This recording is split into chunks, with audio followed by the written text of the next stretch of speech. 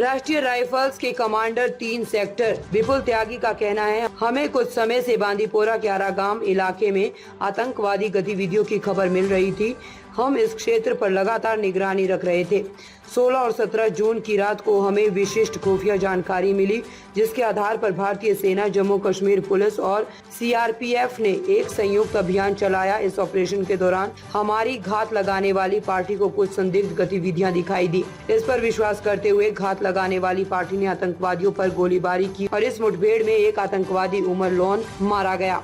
Umar loan 2018 से एक सक्रिय श्रेणी 1A आतंकवादी है और वर्तमान में लश्कर और TRFA से जुड़ा हुआ है। उमर लोन भर्ती, OGW नेटवर्क चलाने और अवैध हथियारों जैसी कई आतंकवादी गतिविधियों में शामिल था। उमर लोन का सफाया सुरक्षा बलों के लिए एक बड़ी सफलता है। पिछले कुछ हफ्तों में भारतीय सेना, जम्मू और कश्मीर पुलिस और CRPF ने एक उच्च परिचालन गति बनाए रखी है। इस ऑपरेशन में हमें जनता का भी पूरा सहयोग मिल रहा है और आने वाले समय में भी ये ऑपरेशन इसी उत्साह के साथ जारी रहेगा।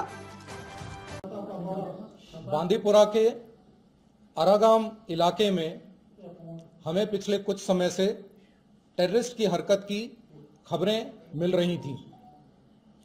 इस इलाके को हमने लगातार पैनी निगाह में रखा हुआ था।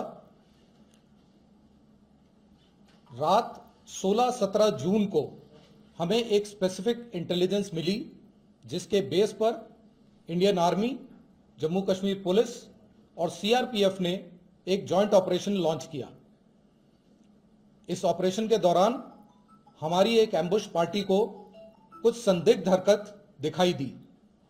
यकीन करने पर एम्बुश पार्टी ने टेररिस्ट पर फायर खोला और इस मुठभेड़ में एक टेररिस्ट उमर लोन, जो कि वुसनकुई पट्टन का रहने वाला था, उसको मार गिराया। उमर लोन 2018 से एक्टिव एक कैटेगरी A का टेररिस्ट था और वर्तमान समय में LET और TRF से जुड़ा हुआ था। उमर लोन कई टेररिस्ट एक्टिविटीज जैसे कि रिक्रूटमेंट, OGW का नेटवर्क चलाना और इलीगल किलिंग्स में शामिल था। उमर लोन का एलिमिनेशन सिक्योरिटी फोर्सेस के लिए एक बड़ी कामयाबी है। पिछले कुछ हफ्तों में Indian army, Jammu Kashmir police और CRPF ने हाई ऑपरेशनल मोमेंटम बनाया हुआ है, जिससे हमें कई कामयाबियां मिली हैं और कई पुराने टेररिस्ट को खात्मा किया गया है। इस कार्रवाई में हमें आवाम का भी भरपूर सहयोग मिला है और आने वाले समय में ये कार्रवाई इसी जोश के साथ बरकरार रखी जाएगी। धन्यवाद।